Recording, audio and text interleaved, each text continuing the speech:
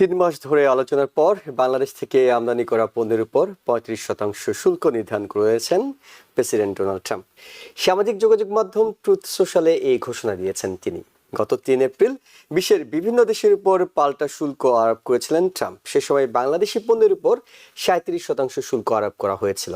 এর আগে বাংলাদেশি পণ্যের উপর গড়ে 15% করে শুল্ক ছিল। বাংলাদেশের পাশাপাশি দক্ষিণ কোরিয়া ও জাপান সহ মোট 14টি দেশের উপর নতুন করে শুল্ক হার নির্ধারণের ঘোষণা দেওয়া হয়েছে।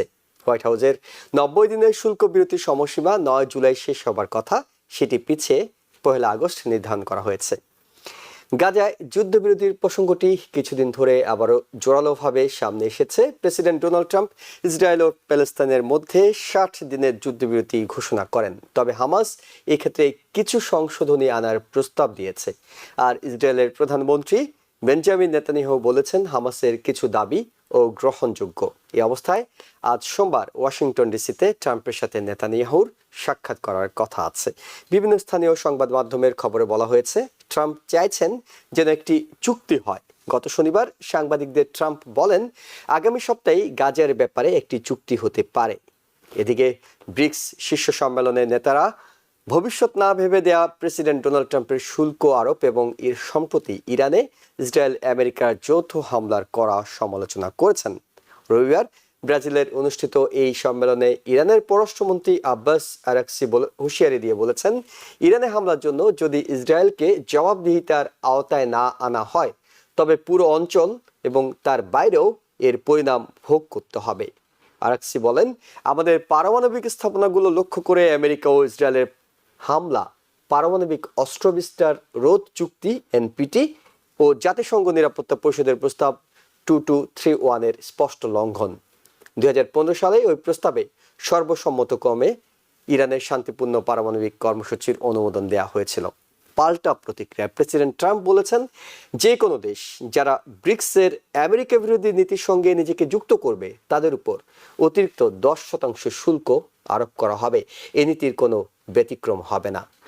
অন্যদিকে সাবেক ঘনিষ্ঠ মিত্র ইলন মাস্কের নতুন রাজনৈতিক দল গঠনের পরিকল্পনার তীব্র সমালোচনা করেছেন প্রেসিডেন্ট ডোনাল্ড ট্রাম্প। এয়ারফোর্স ওয়ানে ওঠার আগে সাংবাদিকদের সঙ্গে আলাপকালে ট্রাম্প বলেন আমি মনে করি তৃতীয় কোনো রাজনৈতিক দল গড়া একেবারেই হাস্যকর। ট্রাম্প বলেন এখন পর্যন্ত আমেরিকায় দ্বিদলীয় রাজনীতি চলে আসছে আর তার মনে হয় তৃতীয় কোনো দল তৈরি করলে তা শুধু বিভ্রান্তি বাড়াবে।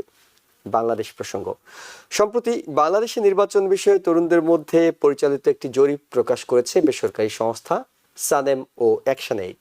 তাদের মতে এবার নির্বাচনে সবচেয়ে বেশি 38.76% ভোট বিএনপি পাবে। এরপরে জামায়াত ইসলামী 21.45% এবং জাতীয় নাগরিক পার্টি এনসিপি 15.84% ভোট পাবে। এছাড়া বর্তমানে কার্যক্রম নিষিদ্ধ এবং নিবন্ধন স্থগিত থাকা আওয়ামী লীগ যদি নির্বাচনে প্রতিদ্বন্দ্বিতার সুযোগ পায় তাহলে 15.84% ভোট পাবে বলে ওই তরুণেরা মনে করেন। তাদের মতে অন্যান্য ইসলামিক দলগুলো এখানে গুরুত্বপূর্ণ ভোট পাবে বলে তারা মনে করছে। এইসব বিষয় নিয়ে আলোচনা করব টিভিএন 24 নিউজ নেটওয়ার্কের নিয়মিত আয়োজন আওয়ার ডেমোক্রেসি অনুষ্ঠানে। আপনাদের সবাইকে স্বাগত জানাচ্ছি। আমি এহসান জুয়েল এবং আলোচনার জন্য আমরা আমন্ত্রণ জানিয়েছি ইউনিভার্সিটি অফ নিউ অরলিন্সের প্রফেসর ডক্টর কবির হাসান, যিনি একই সঙ্গে অর্থনীতিবিদ, এবং socio political analyst Mahmud Reza Chowdhury. আপনাদের দুজনকেই স্বাগত জানাচ্ছি। প্রফেসর ডক্টর কবির হাসান, আপনার কাছে শুরুতে যে প্রসঙ্গটিতে যেতে চাই, ট্যারিফ প্রসঙ্গে আলোচনা করতে চাই। আমরা এর আগে 37% পাল্টা ট্যারিফ বাংলাদেশের উপর আরোপ করা হয়েছিল। বাংলাদেশ সরকারের অন্তর্বর্তীকালীন সরকারের প্রধান উপদেষ্টা প্রেসিডেন্ট ডোনাল্ড ট্রাম্পকে একটি চিঠি দিয়েছিলেন, সেটি আলোচনার জন্য স্থগিত রাখতে বলেছিলেন। পরবর্তীতে দেখা গিয়েছে প্রেসিডেন্ট ডোনাল্ড ট্রাম্প 90 দিনের জন্য সব দেশের ব্যাপারেই একটা স্থগিতাদেশ রেখেছিলেন, সেটি 9 জুলাই শেষ হচ্ছে, কিন্তু এর মধ্যেই 35% ট্যারিফ বাংলাদেশের ব্যাপারে নতুন ঘোষণা এসেছে। আমরা আগে বলেছিলাম 37% আর 35% আসলে খুব বেশি প্রভাবগুলো পার্থক্য হওয়ার কথা না, একই রকম প্রভাব থাকার কথা। কিন্তু নতুন প্রেক্ষাপটে যেখানে 90 দিন সময় পাওয়া গিয়েছিল আলোচনার জন্য, সেই 90 দিন পরে এসে যদি এখনো 35% থাকে তাহলে আসলে বাংলাদেশ কি করলো? কূটনীতিতে বাংলাদেশের সাফল্য কিংবা কতটা ব্যর্থতা বলে এটি আপনি মনে করছেন? না দেখুন, প্রেসিডেন্ট ট্রাম্প তো ট্রান্সাকশনাল প্রেসিডেন্ট। আমি এখনো ভাবি এই প্রেসিডেন্ট ট্রাম্পকে এই ট্যারিফ এই বুদ্ধি কে দিচ্ছে। কারণ ট্যারিফ এটা হলো এক ধরনের tax. First of all, by tariff ইউনিটের আরোপ করে সে কিন্তু কংগ্রেসকে বাইপাস করছে। কারণ আপনি জানেন আমেরিকান কনস্টিটিউশনে যে থ্রি ইকুয়াল ব্রাঞ্চ, কংগ্রেসের ট্যাক্স অন স্পেন্ডের অথরিটি আছে। হ্যাভিং সেড দিস, যে কথাটা আমি বলতে যাচ্ছি, এই ট্যারিফ আলটিমেটলি বুমারাং হবে। যেটা উনি ভাবছিলেন যে বিগ বিউটিফুল বিল যেটা উনি পাস করেছেন, তার ব্যাকগ্রাউন্ডে একটা ছিল যে ডেফিসিটটা হবে, ডেফিসিটটা কমার একটা বইয়ে যে ট্যারিফ দিয়ে সে রেভিনিউ আনা হবে। কিন্তু ট্যারিফের যে সেকেন্ডারি ইম্প্যাক্ট আছে, নেগেটিভ ইম্প্যাক্ট, সেই কথাটা ওনারা ভাবছেন না। আলটিমেটলি এই ট্যারিফ মানে শুধু আমেরিকার জন্য না, সারা দুনিয়ার জন্য একটা ইকোনমিক রিসেশনের সৃষ্টি করবে। স্পেসিফিক্যালি বাংলাদেশের জন্য। বাংলাদেশে তো একটাই আইটেম আছে, তাই না? মোস্টলি যে গার্মেন্টস, 70% আমাদের এক্সপোর্ট আইটেম ইজ গার্মেন্টস। তো গার্মেন্টস তো সাংঘাতিক ভাবে মানে এফেক্টেড হবে যদি মানে আমাদের মানে মোহাম্মদ ইউনূস সাহেব যদি নিজে এসে, ডোনাল্ড ট্রাম্প এগুলো লাইক করে, তো তেল খাইতে ভালো লাগে, সে যদি আসে যদি বলে যে আমাদের জন্য কিছু একটা করো, আমরা তো চেষ্টা করছি, নতুন বাংলাদেশ করার চেষ্টা করছি। যদি এটা না করে আলটিমেটলি শুধু মানে ব্যবসায়ী শ্রেণী বাংলাদেশে এটাকে কন্ট্রোল করছে, এটা অনেক শ্রমিক এতে মানে মানে ক্ষতিগ্রস্ত হবে। এটা বাংলাদেশের ইকোনমিতে একটা ইম্প্যাক্ট পড়বে। নট অনলি দ্যাট, এটা একটা সোশ্যাল আনরেস্ট সৃষ্টি করবে। কারণ এই মহিলাগুলো যারা এতদিন কাজ করছে তারা ফিরে যাবে, তাদের কোনো অন্য মানে ইনকাম আর্নিং সোর্স নাই, সেটা একটা সোশ্যাল টেনশন ক্রিয়েট করবে। আমার মনে হয় এই মুহূর্তে বাংলাদেশে যারা আছেন এন্টারিং গভর্নমেন্টের, আমি মনে হচ্ছে হিমসেলফ মানে ডোনাল্ড ট্রাম্পের সাথে দেখা করা উচিত। মানে এটা নিয়ে আমরা কোনো যেহেতু একটা জানি যে নেগোশিয়েট করা যায় জাতীয় কিনা। নিরাপত্তা উপদেষ্টা এবং একই সঙ্গে বাণিজ্য উপদেষ্টা তারা গত কয়েকদিন ধরে ওয়াশিংটনে ছিলেন, কয়েক দফা আলোচনা হয়েছে বলেও আমরা শুনেছি। এই অবস্থায় আপনি মনে করছেন যে এই সব উপদেষ্টা নয়, একেবারে প্রধান উপদেষ্টা তার ব্যক্তিগত ইমেজ, ব্যক্তিগত সম্পর্ককে কাজে লাগিয়ে যদি সরাসরি কথা বলেন, সরাসরি একটা টেলিফোন করেন কিংবা আসেন, তাহলে হয়তো বাংলাদেশ এই সংকটটা কাটিয়ে উঠতে পারবে? ওনাকে আসতে হবে ফিজিক্যালি, টেলিফোনে কাজ হবে না। এই ভদ্রলোক ক্রেজি, হি ওয়ান্টস দিস। আপনি বুঝতে পারেন না, জেলেনস্কির সাথে রেগে গেছে just because he was not wearing tie. তাকে আসতে হবে। আমার কেন জানি আমার মনে হয় মানে এটা আমাদের ইউনূস সাহেবের জন্য একটা মানে কষ্টকর হবে। ওনাকে একটু স্যুট টাই পরে আসতে হবে। এই লোক ক্রেজি। এই লোক যদি মনে করেন স্টিক করে থেকে 35%, আমাদের দেশের জন্য একটা দারুণ অর্থনৈতিক ক্ষতি হবে, তারপরে সামাজিক অস্থিরতা সৃষ্টি করবে। এটার কারণে যেতে বাংলাদেশে একটা রিসেশন হবে। এখন আমাদের বাংলাদেশে টাকার দরকার, এই মুহূর্তে যদি এটা বন্ধ হয়ে যায় আমাদের জন্য অনেক কষ্টকর হবে। এবং আপনি মনে করছেন জেলেনস্কির উদাহরণ টেনে যে তিনি যখন গেঞ্জি পরে কিংবা পোলো পরে এসেছিলেন, তাকে বলছিলেন যে তুমি এটা কি পরেছো, তোমার স্যুট নেই।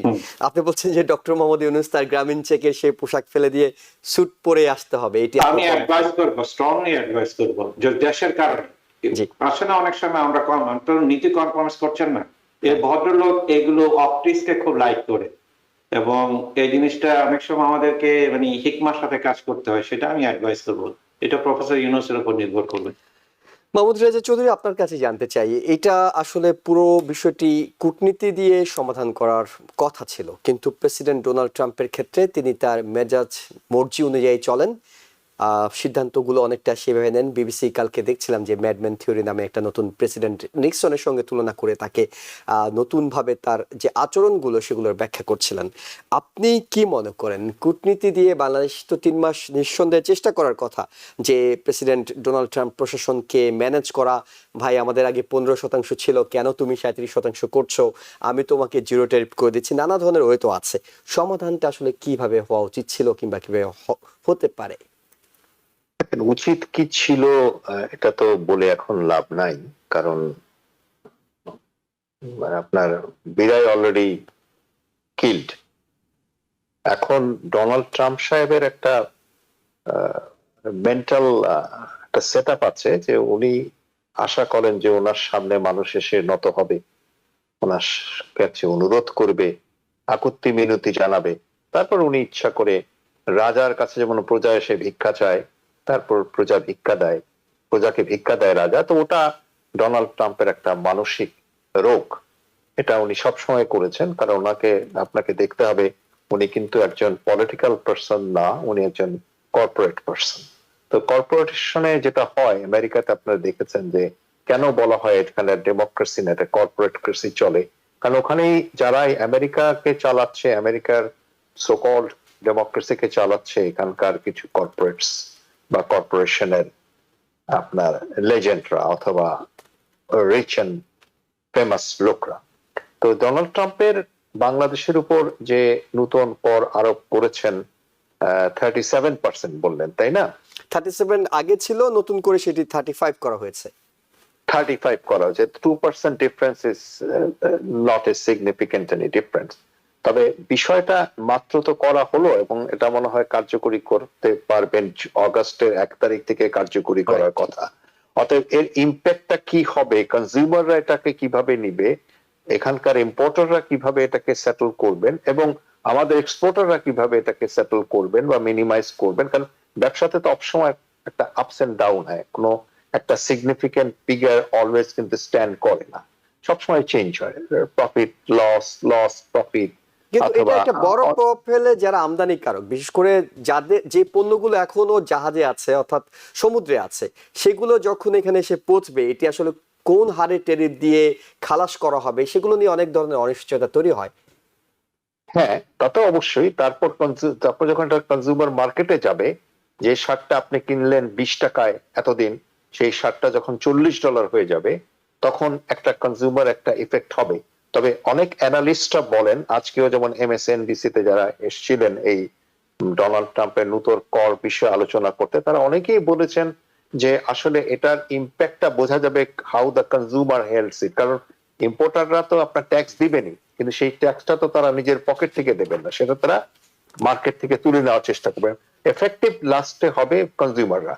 এখন কনজিউমাররা সেটাকে কিভাবে দেখবেন এবং তার ইম্প্যাক্টটা গিয়ে মার্কিন ইকোনমির উপর কিরকম পড়বে, এবং তখন যদি মিস্টার ডোনাল্ড ট্রাম্পের নরক, আই মিন তার যদি মানে পরিবর্তন হয়, তার যদি চেতনায়, যদি চৈতন্যে যদি ধাক্কা খায়, তখন দেখবেন তো হয়তোবা উনি কিছু পরিবর্তন করলে করতে পারেন। কিন্তু আপাতত আমার মনে হয় না যে ডোনাল্ড ট্রাম্প যে তার গ্যাং নিয়ে আছেন, তার ভাইস প্রেসিডেন্ট থেকে শুরু করে, তার পররাষ্ট্রমন্ত্রী থেকে শুরু করে, তার আইন উপদেষ্টা থেকে শুরু করে, তাদের প্রত্যেকের কথাবার্তা, চিন্তা চেতনায় মনে হয় দে আর মোর এগ্রেসিভ, মোর ক্রুয়েল দেন তাদের আচরণ ডোনাল্ড ট্রাম্প। অনেকটুকু আমরা বুঝতে পারি। আমি একটু আপনার কাছে জানতে চাই, যেটি প্রফেসর ডক্টর কবির হাসান মনে করছিলেন যে যদি প্রফেসর ডক্টর মোহাম্মদ ইউনূস তার কাছে সরাসরি আসেন, তাহলে হয়তো তিনি সেটি কনসিডার করতে পারেন, কারণ বাংলাদেশ নিয়ে তো আলাদা করে তার কোনো রাগ ক্ষোভ অভিমান থাকার কোনো বিষয় নেই যে 30% রাখতে হবে। আমি জাস্ট একটা অ্যাড করছি ভাইয়ার সাথে, ভুলে যাব, সেটা হলো যে মোহাম্মদ ইউনূসকে আসতে হবে। আমি হয়তো বলেছেন, আর আসলে এটার একটা প্র্যাকটিক্যাল ইম্প্যাক্ট আছে। আপনি যদি জেলেনস্কির যে পোশাক নিয়ে, এটা তাকে আগে বলা হয়েছিল যে স্যুটটাই পরে আসুন। প্রেসিডেন্ট মোহাম্মদ ইউনূস সাহেবকে যদি এটা বলে এবং যদি না করেন, ওনারও তো একটা ব্যক্তিত্ব আছে, ওয়ার্ল্ড ওয়াইড একটা অ্যাকসেপ্টেবিলিটি আছে। আবার দেশে নিয়ে যে অনেক শোরগোল করবে যারা মোহাম্মদ ইউনূসকে লাইক করে না, যে তার জন্য মানে সোল বিক্রি করে দিচ্ছে। যে কথাটা ভাই বললেন যে আলটিমেটলি ইম্পোর্টাররা, কারণ ট্যাক্সটা তো ইম্পোর্টারকে দিতে হয়, আলটিমেটলি ইম্পোর্টার এটা কনজিউমারদের উপরে নিয়ে নেয়, সেটা করবে। এবং যখন কনজিউমারদের যখন প্রাইস বেড়ে যাবে, কনজিউমাররা রিয়েক্ট করবে। এখন রিয়েক্ট করার একটা এখনো ট্রাম্প প্লে করছে, তার সে পাগল তো, সে হয়তো মাঝখানে যে আবার কমায় দিতে পারে। এখন সে তো, যেটা ভাই সুন্দর, নট এ পলিটিশিয়ান, সে অনেক দূর দিকে তাকায় না। আর এইটা আমি বলবো না যে তার অ্যাডভাইজাররা তাকে, সে বলছে আমি ট্যারিফ দিব, ট্যারিফ দিয়ে আমি ট্যাক্স আনবো, তুমি আমাকে নীতি বানাই দেন। এরকম না যে ডোনাল্ড ট্রাম্প তাদের কথা শুনছে। তাদের যে অ্যাডভাইজাররা, তার যে মানে বলবো যে বাফুন যেগুলো আশেপাশে আছে, তারা কিন্তু স্মার্ট লোক। ডোনাল্ড ট্রাম্প যেভাবে শুনতে চাচ্ছে সেইভাবে তার ওইভাবে তৈরি করে দিচ্ছে। এই জায়গাতে আমার মানে সাংঘাতিক ভয় আছে, চেক অ্যান্ড ব্যালেন্সের ব্যাপারটা নাই। ফার্স্ট ডোনাল্ড ট্রাম্পের আশেপাশে লোকজন ছিল তার প্রেসিডেন্সকে আটকায় দেওয়ার জন্য। এইবার সে গত 4 বছরে শিক্ষা নিয়ে দেখছে এভরিওয়ান জিহুজের দল তার আশেপাশে আছে। আজকে আমি জানি না যে বেঞ্জামিন নেতানিয়াহু আসছে, আমি যেসব একটা প্রশ্ন দিয়ে কয়েকজন সাংবাদিক বলেছিলেন যে টু স্টেট সলিউশন আছে কিনা, এইটা আশেপাশেও যায়নি। গাজাকে কিসে সে মানে রিভিয়েরা বানাবে, তারপর লোকজন অন্য জায়গায় চলে যাবে, সারা দুনিয়ার লোকজন সেখানে থাকবে, একটা মানুষের যেখানে তাদের জন্ম জেনারেশন ধরে আসে সেখানে কোনো কথা নেই। সেই জায়গায় আপনি কি করবেন, যার মাথা কাজ করছে না। আমি সরি ভাই, আমি না, না, না, ভুলে it's যাবো fine. বলে। জি না, না, it's মাহমুদ রেজা চৌধুরী, জি আপনি যেটি প্রশ্ন করছিলাম আপনাকে, যে এটি কি একটা সমাধান হতে পারে কিনা ডক্টর মোহাম্মদ ইউনূসের আশাটা? আমি প্রফেসর হাসানের সাথে এই ব্যাপারে একটু ভিন্নভাবে বলতে চাই যে যেটা উনি বললেন যে ওনাকে স্যুট কোট পরে আসতে হবে, ইট ইজ নট নেসেসারিলি, এটা হয়তো উনি জাস্ট ফান করে বলেছেন, কারণ মোদি যখন আসে সে তো স্যুট কোট পরে আসে না, সে তো পায়জামা এবং পাঞ্জাবি তার যে কোট সেটা পরেই আসে।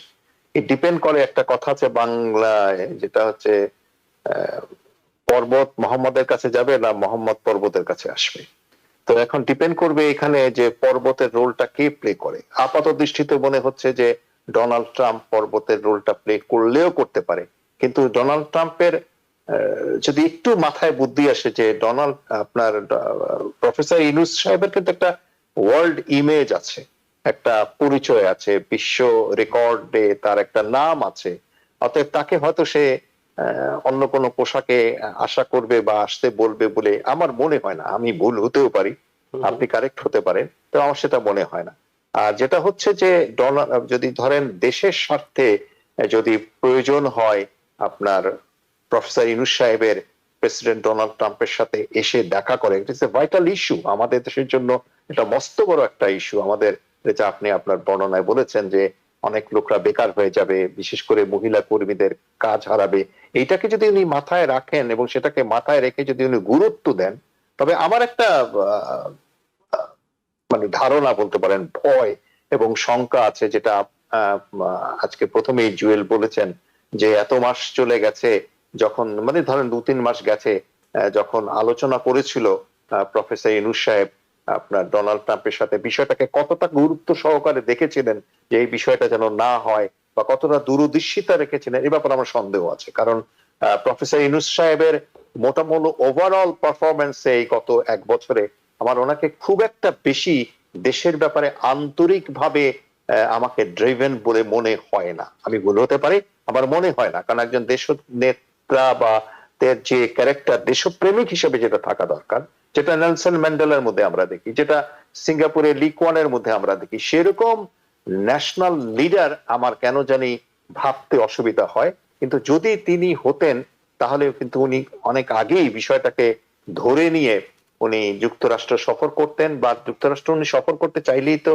ওনার ইচ্ছাই তো হবে না, তার তো রাষ্ট্রীয়ভাবে তাকে আমন্ত্রণ জানানো দরকার হবে, বা ডোনাল্ড ট্রাম্পের সাথে ডোনাল্ড ট্রাম্প তার সাথে দেখা করবেন কিনা সেখানেও একটা প্রশ্ন আছে। এই বিষয়গুলো যদি আমরা জানতাম যে হ্যাঁ উনি ডোনাল্ড ট্রাম্পের সাথে আসা মানে বসতে চেয়েছেন কিন্তু বসতে পারেন নাই, তখন একভাবে দেখা যেত হ্যাঁ উনি চেষ্টা করেছে, কিন্তু সেই চেষ্টা উনি করেন নাই।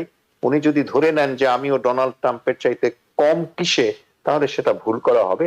ডেফিনেটলি ডোনাল্ড ট্রাম্প তার জায়গা মতো, তার স্থান মতো আজকের বিশ্ব রাজনীতিতে ডেফিনেটলি ডোনাল্ড ট্রাম্প ম্যাটার করেন প্রফেসর ইউনূস সাহেবের চাইতেও বেশি, কারণ ডোনাল্ড ট্রাম্প নির্বাচিত একজন প্রেসিডেন্ট, প্রফেসর ইউনূস সাহেব নির্বাচিত। প্রফেসর ডক্টর মোহাম্মদ ইউনূস তার জায়গায় তিনি, তার অবস্থানটা অন্যরকম, আর একজন রাষ্ট্রনেতা নির্বাচিত প্রেসিডেন্ট তাদের জায়গাটা ভিন্ন রকম। আপনি নেলসন ম্যান্ডেলার কথা বলছিলেন, নেলসন ম্যান্ডেলা যেভাবে বেড়ে উঠেছেন, রাজনীতিতে বেড়ে উঠেছেন, প্রফেসর ডক্টর মোহাম্মদ ইউনূস তো আসলে রাজনীতির লোক নয়, তিনি একটা ক্রান্তিকাল সামাল দিতে এসেছেন।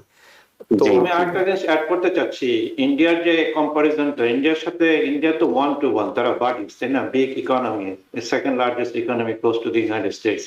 শুধু তাই না, আমেরিকান মানে সমাজ জীবনে, তারপর অর্থনৈতিক ট্যাক ওয়ার্ল্ডে ইন্ডিয়ানরা এখন ডোমিনেট করছে। তো ওনার সাথে সম্পর্কটা পর্বতেই যে, এবং মোদি তার ইয়া ধরে আসলো কি আসলো না সেটা অন্য ব্যাপার। আমি আসলে অন্য সেন্স থেকে বলেছিলাম। আমরা মনে সেন্সটা বুঝতে পেরেছি যে আসলে বিষয়টা হলো যে মানে আমার আপনাকে একটা যেতে চাইতে হবে, হবে, আপনাকে বলতে হবে। পাগলের কাছে গেলে যেভাবে দেশকে বড় মনে করে আমার ইগোকে ছোট মনে করে, এই জন্য আমি বলেছিলাম আসলে, জি মানে কারণ তার মাথার মধ্যে ঢুকতে হবে। আরেকটা ব্যাপার ম্যাচ করছি, আপনারা জানেন কিনা জানি না, ইসরায়েলের সাথে কিন্তু আমেরিকার একটা ফ্রি ট্রেড এগ্রিমেন্ট আছে, 0 ট্যারিফ। ইসরায়েলের উপর 17% ট্যারিফ আরোপ করছে। এই যে নেতানিয়াহু আসছে, এসে বলছে যে আমরা ট্যারিফ 0 করে দেবো ইসরায়েলের সাথে, মানে আমেরিকার সাথে। এই ধরনের আমরা করতে পারি, কোনো কিন্তু আমাদের খুব একটা ক্ষতি হবে না, এতে আমাদের গার্মেন্টস সেক্টরটা বেঁচে যাবে। কারণ সে কিন্তু বাংলাদেশের টায়ার কিন্তু প্রশংসা করে, আপনি জানেন কোন একটা অনুষ্ঠানে যে টায়ার বাংলাদেশ থেকে আসছে, তাই অনেক কিছু তার সাইকোথেরাপি করতে হবে, মানে যেই করবেন। এবং আমি বিশ্বাস করি আমাদের মোহাম্মদ ইউনূস তার চেয়ে অনেক উঁচু ধরনের চিন্তাবিদ, উনি মানে অবস্থা বুঝেন। তাকে সাইকোলজিক্যালি কাবু করতে হবে, এবং এটা করতে হবে দেশের স্বার্থে। এখানে নিজের ইগোটাকে একটু সামনে কন্ট্রোল করতে হবে। তার মানে পোশাক কেন তাইটা সেটা না, উনি বুঝেই এটা করবেন আর কি। দেশ এটা যদি না করে কিন্তু আমাদের ক্ষতি হবে বিরাট, এটা আমি ভয় পাচ্ছি আর কি। আমরা একটু প্রফেসর ডক্টর কবির হাসান আপনার কাছে এবং আরেকটা জিনিস অ্যাড করছি, উনি আসলে আগে আসা উচিত ছিল, যেটা ভাই বলেছিলেন। Right. আসলে এতদিন সময় 3টা মাস পেয়েছিল, কিন্তু উনি পার হয়ে গেছে, 3টা মাস দিয়েছেন। সময় ছিল। আমরা জানি যে বাণিজ্য উপদেষ্টা এবং জাতীয় নিরাপত্তা উপদেষ্টা তারাও ওয়াশিংটনে অবস্থান করছিলেন, তারা বিভিন্ন রকম আলোচনা করছেন। এবং আপনাদের নিশ্চয়ই মনে আছে মার্কো রুবিওর সঙ্গে কিন্তু সম্প্রতি ডক্টর মোহাম্মদ ইউনূসের টেলিফোনে কথা হয়েছে। তখনও কিন্তু এই বিষয়টি একটা সমাধানে পৌঁছানোর সুযোগ ছিল, অর্থাৎ মার্কো রুবিওর কাছ থেকে এক ধরনের প্রতিশ্রুতি আদায় করে নেওয়ার সুযোগ ছিল যে ভাই আমার দেশটাকে একটু দেখো। যাই হোক, প্রফেসর ডক্টর কবির হাসান আপনার কাছে এরপর যে প্রসঙ্গে যেতে চাই সেটি হলো ব্রিক্সের যে সম্মেলনটা গতকাল শুরু হলো ব্রাজিলে। সেখানে টেরিফ নিয়ে সমালোচনা হয়েছে, গাজা ইস্যুতে সমালোচনা হয়েছে, এবং সেই কারণে প্রেসিডেন্ট ডোনাল্ড ট্রাম্প কিন্তু খেপেছেন। তিনি এর আগেও কিন্তু ব্রিক্সের ব্যাপারে থ্রেট করেছিলেন, আপনাদের মনে আছে যে 100% টেরিফ করে দেব। এখন বলছেন ব্রিক্সের সঙ্গে যারা সংহতি জানাবে তাদেরকে 10% বাড়িয়ে দেওয়া হবে। ব্রিক্স একটা বড় জোট, আমেরিকা নিঃসন্দেহে তার চেয়ে বড় অর্থনীতি এবং পাওয়ারফুল। ন্যাটোর সঙ্গে লাগছেন, ব্রিক্সের সঙ্গে লাগছেন রাশিয়া, তারপরে ইরান, অনেকের সঙ্গে লাগছেন। এই লাগালাগিতে কি শেষ পর্যন্ত ভালো কোনো ফল আসবে? আমি মনে করি না। লং টার্মে, শর্ট টার্মে হয়তো আমাদের মানে প্রেসিডেন্ট ট্রাম্প তাদের ইগোকে ইয়ে করার জন্য একটু বলে যাচ্ছে নাম্বার 1 উই ক্যান প্রেশার। আপনি স্টেটমেন্ট যদি আজকে দেখেন, এই যে নেতানিয়াহুর সাথে বলে যে we want to win the war by winning the war, তারা আব্রাহাম অ্যাকর্ডসের কথা বলতেছে। আমি জাস্ট একটা এক্সাম্পল, ব্রিক্সের তো একটা অল্টারনেট একটা জোট করেছে, তাই না? একটা বিরাট ইকোনমিক ওর একজনকে হেল্প করার জন্য। গাজা ইস্যু আছে, টেরিফ ইস্যু আছে, আমার সবচেয়ে বড় জিনিসটা ডোনাল্ড ট্রাম্প এবং শুধু না পশ্চিমা বিশ্ব যে ডলারের আধিপত্য কমানো। এই ব্রিক্সের নেশন গুলো একটা অল্টারনেটিভ কারেন্সি ওরা আনতে চাচ্ছে। অল্টারনেটিভ কারেন্সি যদি আনে তাহলে আমেরিকান ইন্টারন্যাশনাল ট্রেডকে যারা কন্ট্রোল করে, এখনো ইন্টারন্যাশনাল ট্রেড 80% আমেরিকান ডলারের মাধ্যমে। যদি অল্টারনেটিভ কারেন্সি হয় তাহলে আমেরিকান এই হেজিমনিটা কমে যাবে। এবং আপনারা জানেন যেহেতু এভরিবডি মানে wants to keep dollar, 65% of money all the foreign governments reserve is in US dollar, 80% trade, 60% is US reserve। এইটার যদি ডমিনেন্স কমে যায় তাহলে যে আমেরিকার যে ইন্টারনাল টুইন ডেফিসিট, হবে বিগ বাজেট ডেফিসিট, তাই না? এই যে নতুন বিল হচ্ছে এটাতে $3.3 ট্রিলিয়ন বাড়বে budget deficit over next 10 years, $5 trillion debt বেড়ে যাবে। এই জিনিসগুলো থেকে আরো বেশি হয়তো যদি ডলার মানে রিজার্ভ কারেন্সি বা ট্রেডিং কারেন্সি না হতো। এইটা সবচেয়ে বড় ভয় আমেরিকার জন্য ইয়ার বিরুদ্ধে, মানে ব্রিকের বিরুদ্ধে। বাট হ্যাভিং সেড দিস, আমি একটা অ্যাড করতে যাচ্ছি। এই কারণে কিন্তু ইউরোপ করা হয়েছিল, যে ইউরোপিয়ান ইউনিয়ন, ইউরো কিন্তু তাদের মধ্যে অনেকটা কোহেসিভ আছে, তারপর কিন্তু এটা খুব একটা ভালো ফল করতে পারেনি। এই ভয়টা সবসময় আছে। আমি মনে করি যে ওয়ার্ল্ডের যে অর্থ ব্যবস্থা আছে এটা আসলেই unequal. It always creates this inequality. এই গরিব দেশগুলো বসে থাকে, যেমন ঢাকায় ডলারের উঠানামে কত কথাবার্তা হচ্ছে, মানে ডলার বাড়ছে কমছে কেন, তারপর সরকার কি করছে, কিভাবে মানে এক্সচেঞ্জের ম্যানেজমেন্ট করা হবে, এগুলো এতদিন চিন্তা করতে থাকেন। কারণ আমরা টাইট টু দি ডলার এবং ডলার ট্রেড করে বলে আমাদের এই অবস্থা। তো এইটাই সবচেয়ে বড় ভয়, এই জন্য এটা থ্রেট করেছে। আবার দেখবেন ওই একই জিনিস আবার এসে বলো আমাকে সাথে, যেটা ভাই বললেন পর্বতের কাছে এসে মাথা নিচু করো, রাজার কাছে মাথা নিচু করো। কিন্তু আমেরিকা তো there is no king, but he is acting like a king. এবং শুধু তাই না, অ্যাক্টিং লাইক এ কিং করার জন্য যে যে চেক এন্ড ব্যালেন্স ছিল, যে কংগ্রেস এবং সিনেট, তার মানে কোনো কাজে বাধা দিচ্ছে না। দ্য ফেডারেল গভর্নমেন্ট মানে সুপ্রিম কোর্ট যেটা জুডিশিয়ারি, তার সমস্ত কাজকে মানে ফ্রি চেক দিয়ে দিচ্ছে। এখন কোথায় যাবে সে? তো সব দিক দিয়ে এত বলিয়ান বোধহয় গত 100 বছর কোন আমেরিকান প্রেসিডেন্ট হয়নি। He is enjoying this. আর ভাইয়া যেটা বললেন যে he is not a politician, he is a transactional president, give and take, businessman. তার মাথার মধ্যে অন্য কিছু আসে না, গাছ আসে রিভিয়েরা বানানোর জন্য, কারণ সে তো রিয়েল এস্টেট ব্যাকগ্রাউন্ড থেকে আসে, দুনিয়াতে সে রিয়েল এস্টেট মনে করে। জি, মোহাম্মদ রেজা চৌধুরী, ব্রিক্সের অন্যতম আরেকটি ইস্যু ছিল গাজা ইস্যুতে, তারা কথা বলেছে। আমেরিকা এবং ইসরায়েলের যৌথ হামলা ইরানের উপর সেটি তারা নিন্দা জানিয়েছে। এবং যেটি আমরা জানি যে নেতানিয়াহু বর্তমানে ওয়াশিংটনে অবস্থান করছেন, প্রেসিডেন্ট ডোনাল্ড ট্রাম্পের সঙ্গে তিনি দেখা করতে এসেছেন এবং আশা করা হচ্ছে প্রেসিডেন্ট ট্রাম্পের কথা অনুযায়ী যে ইসরায়েলের এবং প্যালেস্তাইনের সাথে একটা চুক্তি করা সম্ভব হবে, যেটা খুবই দরকার। কারণ মৌখিক কথায় যুদ্ধবিরতি হয় এবং সেটি কোনো না কোনো পক্ষ বলে যে তোমরা ভঙ্গ করেছো, পাল্টা আক্রমণ চালাও। এই চুক্তিটি যদি হয়, আমরা জানি যে ইরানের ইস্যুতে কিছুটা থেমেছে, অর্থাৎ ইরান ইস্যুতে হয়তো এই আর যুদ্ধ পরিস্থিতি আমাদেরকে আপাতত দেখতে হচ্ছে না, কিন্তু প্যালেস্তাইন ইস্যুটা চলমান আছে, সেখানে প্রতিদিনই প্রাণহানি ঘটছে। যদি এই চুক্তিটি হয়, প্যালেস্তাইন কিংবা গাজায় তো আসলে ধ্বংস করার মতো আর তেমন কিছু অবশিষ্ট নেই। কিছুটা হলেও যারা বেঁচে আছেন তারা কি প্রাণে রক্ষা পাবেন বলে আপনি মনে করছেন? আমি মানে খুশি হতাম যদি এটা মনে করতে পারতাম, কিন্তু আমার মনে হয় না। কারণ আমার ইসরায়েলকে মনে হয় যে বর্তমান সভ্য জগতে যত রাষ্ট্র আছে এবং অতীতে আমি অত বেশি পিছনে যেতে চাই না, 50 থেকে 100 বছরও পিছিয়ে যদি আমি যাই, এর এইরকম ইসরায়েলের মতো কোন রাষ্ট্র পৃথিবীতে ছিল কিনা, বিশেষ করে নেতানিয়াহুর মতো একজন বর্বর ব্যক্তি পৃথিবীতে গত 100 বছরে জন্মগ্রহণ করেছে কিনা আমার সন্দেহ আছে। এমনকি সে অনেক ক্ষেত্রে হিটলারকেও হারিয়ে দিয়েছে। তো এর মূল মানে উদ্দেশ্য বা লক্ষ্য বা স্বপ্ন বা তৃষ্ণা হচ্ছে যে করে হোক আপনার ইসরায়েলের এলাকা থেকে প্যালেস্টাইন এবং গাজাকে নিশ্চিহ্ন করে দেওয়া এবং সেখানে তার নিজের আধিপত্য বা ইসরায়েলের পতাকা উড়িয়ে দেওয়া। এটা হচ্ছে তার মূল এবং মুখ্য উদ্দেশ্য। এখন সেটার পক্ষে আমেরিকা তাকে কতটা সহায়তা করবে, আপনি ইসরায়েল ভার্সেস ইরানের যুদ্ধ আর ইসরায়েল ভার্সেস প্যালেস্টাইন গাজার যুদ্ধ কিন্তু প্যারালাল না, এটাকে বুঝতে হবে। কারণ ইসরায়েল জানে যে ইরানকে ধ্বংস করতে হলে তারও অনেক কিছু ধ্বংস হয়ে যাবে, এটা সে অবশ্যই জানে। কিন্তু তারা জানে এটাও যে আমি প্যালেস্টাইন কিংবা গাজাকে ধ্বংস করতে হলে আমার কিচ্ছুই আসবে যাবে না, এটা সে করে ফেলতে পারবে মার্কিন যুক্তরাষ্ট্রের ব্লেসিং এ নিয়ে। অতএব মার্কিন যুক্তরাষ্ট্রের ভূমিকা আপনার আগামীতে ইসরায়েল এবং প্যালেস্টাইনের কোন শান্তি আনবে কিনা এ ব্যাপারে সন্দেহ আছে। তবে এটা যদি আপনি ইরানের সাথে তুলনা করতে চান, সেখানে আমার অভিমত হচ্ছে না, ইরান এবং ইসরায়েল, গাজা এবং প্যালেস্টাইন এক না। সেখানে হয়তো কোনো না কোনো নীতি শিয়ানায় গিয়ে করে হয়তো ভাববে ঠিক আছে বাবা আমি একটু সাবধান হয়ে যাই, কখন কে জানে চালা আমার বাড়ির উপরে এসে বোমা ফেলে কিনা, বলা তো যাচ্ছে না। কিন্তু ইসরায়েলের ব্যাপারে আপনার গাজার ব্যাপারে প্যালেস্টাইন ব্যাপারে তো ওই চিন্তা নাই। অর্থাৎ গাজা এবং প্যালেস্টাইনকে সে যখন গোখরা শব্দ দেখেছেন, ও একবার যদি কামড় দেয় ও কিন্তু আপনার জীবন পুরো শেষ করে দেবে। তো ইসরায়েলের নেতানিয়াহু হচ্ছেন লাইক এ গোখরা সাপ, তার চেয়ে তো বেশি বিষাক্ত।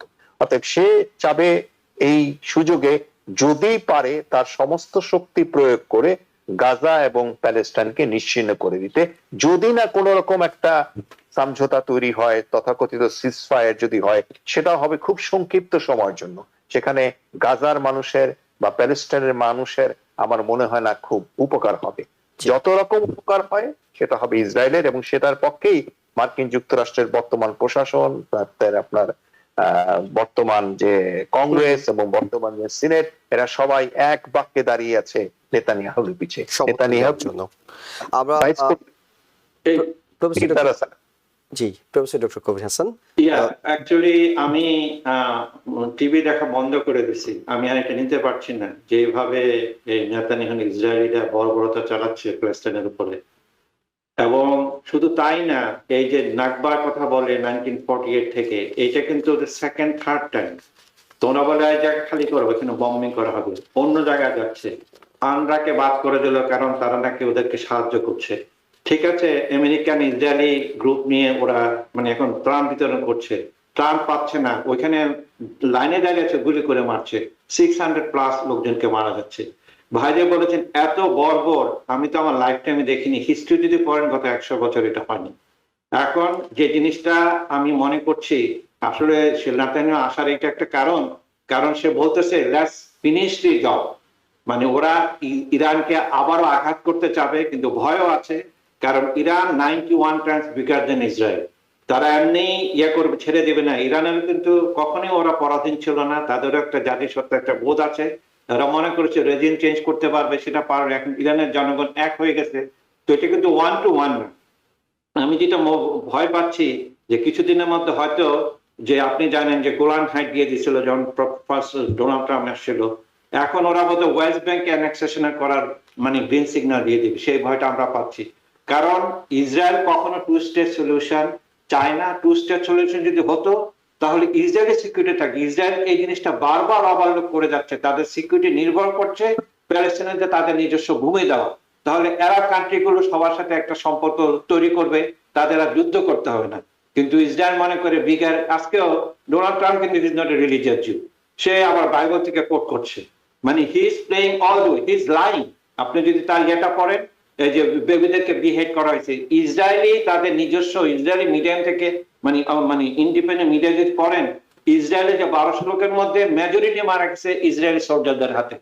এবং যে দুইজন বেবি ইয়া হয়েছে সেটা নিয়ে একটা ইন্ডিপেন্ডেন্ট নিউজ হয়েছে। এই যে মিথ্যা কথাগুলো বলে যাচ্ছে, এবং সে বলে যাচ্ছে যে ডোনাল্ড ট্রাম্প আপনাকে মারতে চেয়েছিল, ইরান আমাকে মারতে চেয়েছিল।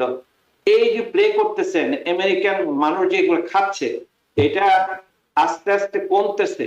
ইসরায়েলের বিরুদ্ধে আগে যতটা সাপোর্ট ছিল, আপনি যদি দেখেন পোল গুলো, আস্তে আস্তে সাপোর্ট কমে যাচ্ছে। আশা করি আলটিমেটলি আমরা তো মানুষ, তাই না? মানবিকতা আমাদের প্রধান ধর্ম।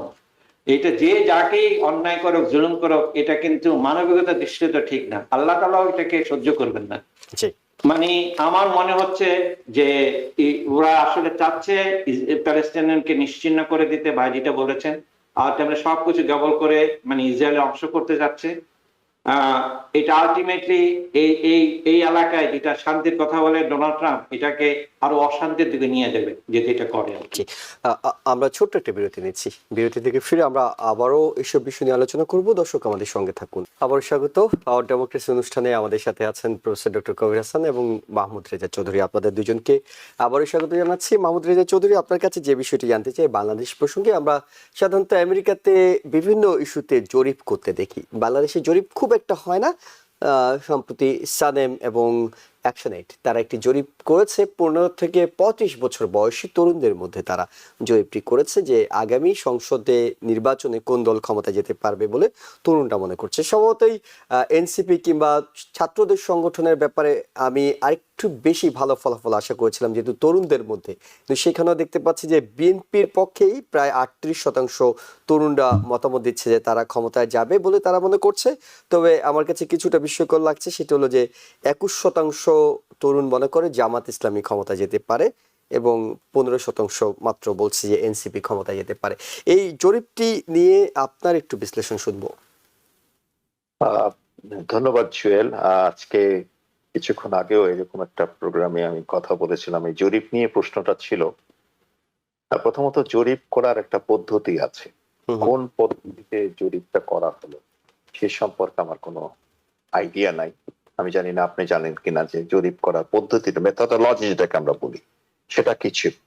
আর দ্বিতীয় যেটা বলেছেন যে যতজনের মাঝে যারা জরিপ করেছে এই সংগঠনের, তারা যেটুকু মনে হচ্ছে গণমাধ্যম নিউজ দেখে র্যান্ডম স্যাম্পলিং করে এটি করেছে আর কি। বিভিন্ন বলছে 2টি জেলা থেকে 2টি উপজেলা, 8টি বিভাগ থেকে 2টি করে জেলা, এরকম করে করেছে। আচ্ছা, র্যান্ডম স্যাম্পলিং এ কিন্তু is not a good sampling. আপনার স্যাম্পলিং করা হতে হলে তার পার্সেন্টেজ অফ দ্য পিপুল দেখতে হবে, কত পার্সেন্ট লোকের মধ্যে আপনি স্যাম্পলিংটা করলেন। এখন বাংলাদেশের ভোটার সংখ্যা যদি হয় 8000, আপনি যদি স্যাম্পলিং করেন র্যান্ডম স্যাম্পলিং যদি আপনি যদি 2000 নেন, তাহলে কিন্তু সেটা কিন্তু ম্যাচ করে না। সেই ধরনের র্যান্ডম স্যাম্পলিং এ কিন্তু result is not dependable result. আর যেটা বলেছেন যে দেখা গেছে যে তরুণদের মধ্যে 38% চাচ্ছে বিএনপি পক্ষে, 21% হচ্ছে জামাতের পক্ষে, আর 15% চাচ্ছে এনসিপির পক্ষে। এই ব্যাপারটাও কিন্তু খুব একটা যে নতুন কিছু জরিপের রেজাল্ট তা না, কারণ বাংলাদেশে যে দুটো মৌলিক পার্টি আওয়ামী লীগ এবং বিএনপি, এদের অলওয়েজ কিন্তু 35-36, মানে কখনো 36 আওয়ামী লীগ, কখনো 36 বিএনপি, এরকম করে, আর বাদ বাকি থাকে 30%। আমিও এই প্রশ্নটাই করতে চাই। বিএনপিটা অনেকটা ঠিকই আছে, কিন্তু জামাত সাধারণত 8% ভোট পেয়ে থাকে, 8 থেকে 9%। সেখানে জামাতের পক্ষে 21%। তার মানে কি তরুণদের মধ্যে জামাতের জনপ্রিয়তা বাড়ছে কিংবা তাদের সাংগঠনিক পরিধি বাড়ছে? কিছুটা, কারণ ইন দ্য সেন্সে আপনি যদি দেখেন যে তরুণরা সবসময় নতুনের প্রতি ঝুঁকে, নতুনকে গ্রহণ করতে চায়। তরুণদের সামনে এখন তরুণদের বয়স সীমা কত এটা আমাদের জানা দরকার, এবং এদের মাঝে এরা হয়তো আওয়ামী লীগ সম্পর্কে দেখেছে, বিশেষ করে বেশি দেখেছে, বিএনপি সম্পর্কে দেখেছে। তারা হয়তো মনে করছে ঠিক আছে, থার্ড পার্টি হিসেবে ক্ষমতায় তো এখনো জামাতকে দেখা যায় না, এতে জামাতের পক্ষে একটা মৌন একটা সমর্থন হতেই পারে। তার কারণ আরেকটা আছে, পার্শ্ববর্তী দেশ ভারতে যদি বিজেপি শাসন করতে পারে, সেটাও একটা ফান্ডামেন্টালিস্ট পার্টি, পলিটিক্যাল এবং রিলিজিয়াস কে ব্যাংক করে রাজনীতি করে। অতএব জামাতও তাই করে, তাই না? জামাতের ভবিষ্যৎ হতেও পারে, আমরা একেবারে উড়িয়ে দিতে পারি না যে জামাত কখনো রাজনীতিতে আসবে না, কারণ এখানে একটা জিনিস বোঝার দেখা আছে, জামাত এবং ইসলাম এক জিনিস না। Jamaat is a political party in the name of the religion, okay? তো এই পলিটিক্যাল পার্টি কিন্তু পলিটিক্স করতে গেলে পলিটিক্স এর মতোই করবে, ক্ষমতার অংশগ্রহণ তো ক্ষমতার ভাগাভাগি করতে চাবে। অতএব সেখানে যদি 21% যায়, সেটা তো একটা র্যান্ডম স্যাম্পলিং রেজাল্ট। কিন্তু বাংলাদেশের মানুষরা আপনি দেখবেন আসলে তারা ধর্ম ভীরু কিন্তু ধর্মান্ধ না। কিন্তু অতএব যখন ভোটের বিষয়টা আসবে, তখন মানুষের মধ্যে এই চেতনাটাও কাজ করতে পারে, প্রবাবিলিটি ইজ ম্যাক্সিমাম, যে এরা তো মানে এটা করবে, ওটা বোরখা পরাবে, বাধ্য করবে আমাদেরকে, এদেরকে কেন ভোট দেবো, দেই আমি বিএনপি কে দেই। তো বিএনপির সে 38% 41% হতে পারে। আর আপনি এনসিপির যে বিষয়টা বললেন, এনসিপি মাত্র it is not even a 6 month pass, তারা একটা নতুন দল করেছে, তাদের অভিজ্ঞতা তেমন না। অতএব তাদের নিবন্ধন হয়েছে কিনা আপনার ইলেকশন কমিশনের, সেটাও আমি জানি না। যদি হয়ে থাকে, তারা যদি 15% যদি কোনো জরিপে হয়, এটা আকাশচুম্বী আমি মনে করবো। তারা 5 থেকে 7 ম্যাক্সিমাম টু দি গ্রেড 10% যদি যায়, ইট ইজ মাস্ট। কিন্তু এটা যদি তরুণদের মধ্যে জরিপটা 15 থেকে 35 বছর বয়সী হচ্ছে, তরুণদের মধ্যে তো নিঃসন্দেহে এনসিপির জনপ্রিয়তা আছে, কারণ এই তরুণরাই তো এনসিপির এর আগে কিংবা এই ছাত্ররা আন্দোলনগুলো করেছে। আমাদের দেখতে হবে ওই বয়সের ভোটার কতজন। ওকে, আমাদের ভোটারদের সংখ্যা দেখতে গেলে আপনি দেখবেন আমাদের প্রায় 40% ভোটার, আমি এর আগে যতটুকু দেখেছিলাম 40% এই যুবক তরুণরা। আচ্ছা, যদি 40% যুবক তরুণরা ভোটার হয়ে থাকে এবং তারা যদি সত্যিকার ভাবে নতুনকে চায়, নতুন দল, ছাত্র দল, আমি নিজেও নতুনের পক্ষে, নতুনের অনুরূপ, এটা আমিও চাই। কিন্তু সেই নতুনের ঝান্ডা উড়াতে গেলে সেই নতুনরা কতটা তাদের চিন্তা চেতনায় নতুন, সেটা দেখার বিষয় রয়েছে। প্রফেসর ডক্টর কবির হাসান, আপনার কাছে শুনতে চাই। হ্যাঁ, ভাই যেটা বললেন যে মানে স্যাম্পলিং নিয়ে, হ্যাঁ স্যাম্পলিং এর বিতর্কে আমি যাচ্ছি না, এটা নট টোটালি সায়েন্টিফিক, 2000 লোকের উপর পড়েছে, বাট ধরে নিলাম যে সংখ্যাগুলো ঠিক। এটার বেসিস করে আমি কিন্তু এই যে 15% ওরা পেয়েছে, আমি মনে করেছিলাম একটু বেশি হবে, কারণ এই সমস্ত ইয়েতে মানে আগ্রহী কারা হয়, সাধারণত যুবকরা হয়, তারা বাংলাদেশে এনেছে। নাম্বারটা আমি মনে করবো নট, আরো বেশি হওয়া দরকার ছিল 15%। জামাতের যে ব্যাপারটা আপনারা বলছেন এই 15 বছরে, মানে এইটা একটা কথা আছে যে আমরা বিএনপি কে দেখেছি, আওয়ামী লীগকে দেখেছি, এখন জামাত ইসলামকে একটা থার্ড পার্টি দেখি না কি হয়। হ্যাঁ, জামাত, যেমন যে ভাই বললেন, এটা ইয়েস ইসলামেরও বেসিস করে রাজনীতি করতে, জামাত ইসলাম এবং ইসলামে এক জিনিস না।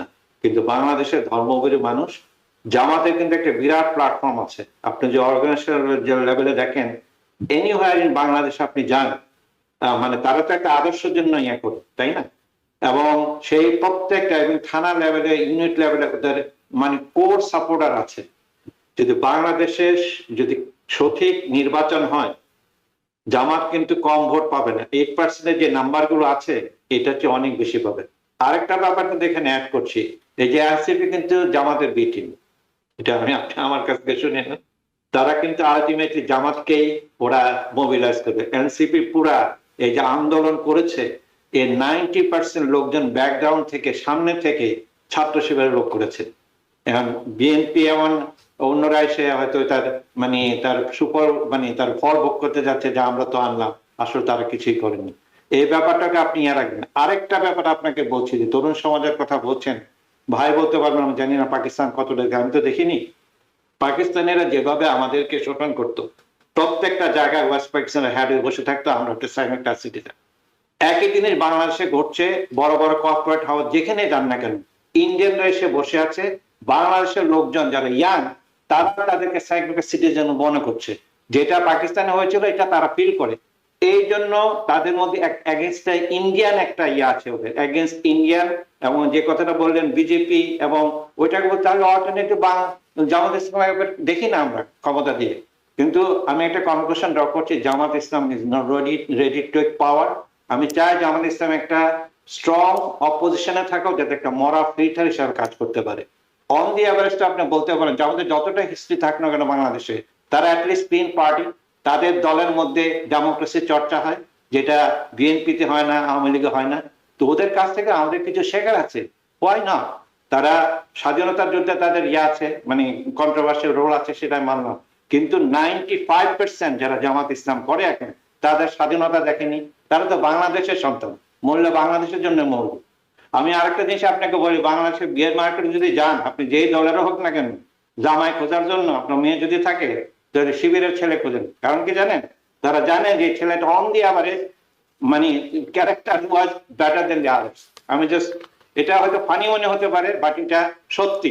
আপনি যদি ইয়ে করে দেখেন, আমি নিজেও একটা সময় ইসলামিক পার্টি করতাম, আমার পুরা খাস আওয়ামী লীগ ফ্যামিলিতে আমার বিয়ে হয়েছে।